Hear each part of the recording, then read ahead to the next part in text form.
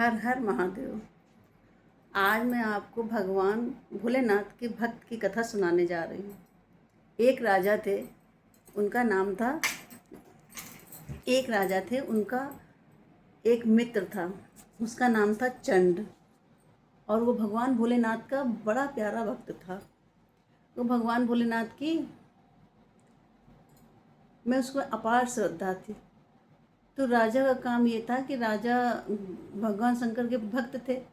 तो राजा जो थे उनका यही काम था कि मंदिर में जाते थे, जो मंदिर में जो जाते निर्माल भगवान पे चढ़ा होता तो निकाल के उसको विसर्जन करते थे और मंदिर की साफ सफाई करते थे। ये राजा का नियम था। उसके बाद अपना पूजा पाठ करते थे। और दूसरा राजा राजा होते हैं तो उनको शिकार खेलने की आदत थी, वो शिकार खेलने जाते थे। और जब शिकार खेलने जाते थे तो चंद नाम का जो बहलिया था उसको साथ लेके जाते थे। तो वो उनका मित्र था, परम मित्र था। तो एक दिन राजा शिकार खेलने गए तो वहाँ पर चलते चलते जाते जाते शिकार तो दिन में मिला नहीं, मिलते बहुत दूर जंगल में निकल गए। जब बहुत दूर जंगल में निकल गए तो क्या देखते हैं, एक बियाबान जंगल में एक पुराना शिव मंदिर है। उसमें बहुत सी घास जमी है, बड़े बड़े पेड़ उगे हुए हैं और लताएं लटक रही हैं। कहीं मंदिर खंडहर मंदिर था। तो राजा उसके अंदर चले गए। जब राजा उसके अंदर गए तो ये जो चंड था ये क्या देखता है कि भगवान शिव जी का जो अर्घा होता है वो अलग पड़ा हुआ है और जो भगवान की शिवलिंग होती है वो अलग पड़ी हुई है। तो इसने वो शिवलिंग उठा ली और राजा के पास आए। कहन प्रभु, ये ये भगवान के मंदिर में अर्घा अलग था, शिवलाट अलग पड़ी हुई थी, इसको मैं ले लूँ? कहन ले लूँ। तो कहन क्या ऐसा भगवान शंकर हैं? भगवान इसमें शंकर जी विराजमान हैं। तो उन्होंने कहा, राजा ने कहा, वो तो कण कण में है, भगवान शंकर तो कण कण में विराजमान है, उनको कहीं ढूंढने की ज़रूरत नहीं है। तो कहन कि मैं इसको अपने घर ले जाके पूजा करना चाहता हूँ। तो राजा ने कहा ले जाओ। तो वो लेके अपना चलने लगा। जब चलने लगा तो राजा को थोड़ा सी वो सूझी, शरारत सूझी। तो राजा ने हंसते हुए कहा कि ये चंड, तुम इसको ले तो जा रहे हो लेकिन इसमें चिता भस्म चढ़ती है भगवान भोलेनाथ पे। कहीं चिता भस्म चढ़ती है? कहीं हाँ। कहना अच्छा ठीक है, मैं ले जाऊंगा और रोज़ चिता से ताज़ी ताज़ी भस्म लाऊंगा, भगवान भोलेनाथ पे चढ़ाऊंगा। कहना अच्छा। अब ये लेके चलते हैं। जब चलते हैं तो घर आते हैं तो इनकी पत्नी पूजा पाठ नहीं जानती थी, वो पूजा पाठ नहीं करती थी, भगवान में उसको श्रद्धा भी नहीं थी।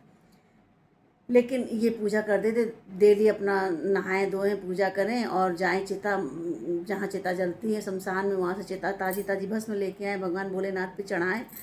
अब चढ़ाते चढ़ाते इनको,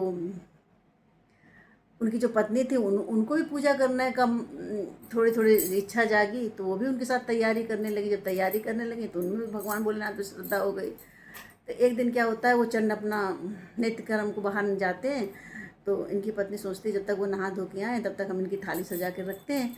तो उन्होंने क्या किया, सब थाली सजा दी। अब उसमें चिता भस्म थी नहीं, चिता भस्म नहीं थी। तो ये जब आए इन्होंने कहा, देखा तो तैयार सारी थाली में सारी सामग्री थी लेकिन चिता की भस्म वो नहीं थी। जब नहीं थी तो इनको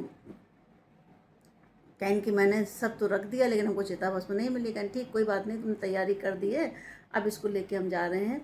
हम जा रहे हैं चिता, अभी जाते हैं, अभी शमशान में जाता हूँ और देखता हूँ कहीं चिता भस्म मिल जाए तो ले आए, तो भगवान भोलेनाथ की पूजा करें। तो उन्होंने कहा ठीक है। तो वो गए।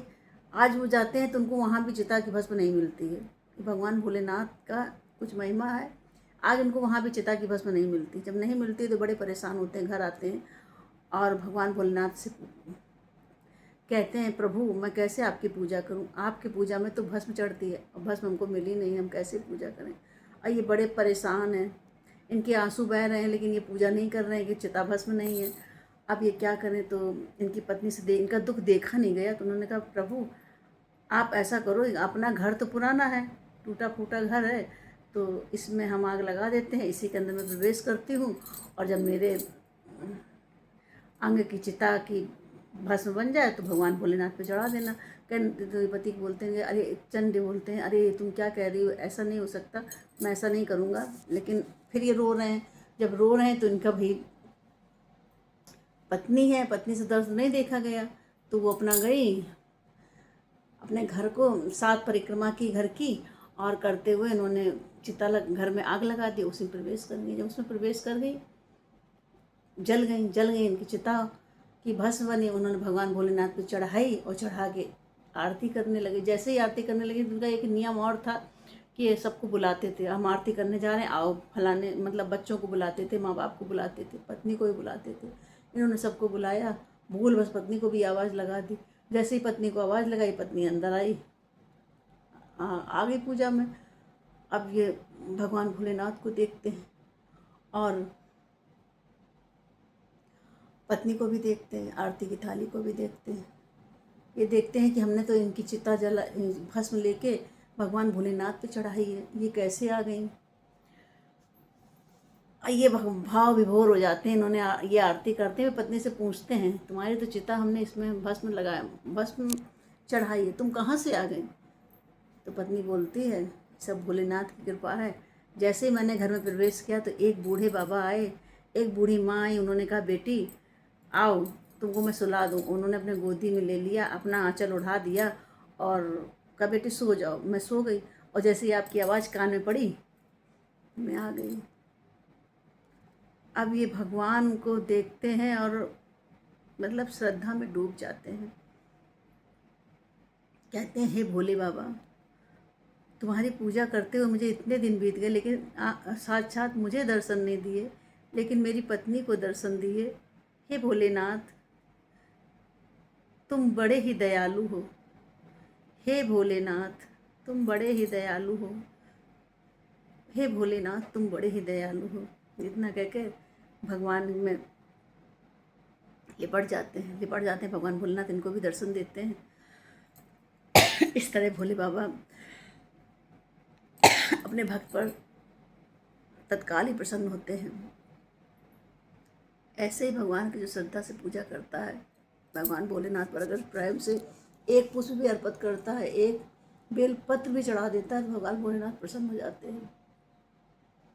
ये कथा हमने शिव पुराण में सुनी है। आपको कथा कैसी लगी आप कमेंट में बताइएगा, हर हर महादेव लिखिएगा, और ये बताइएगा आपने कथा कहाँ पर सुनी, कहाँ से आप लोग सुन रहे हैं। हर हर महादेव।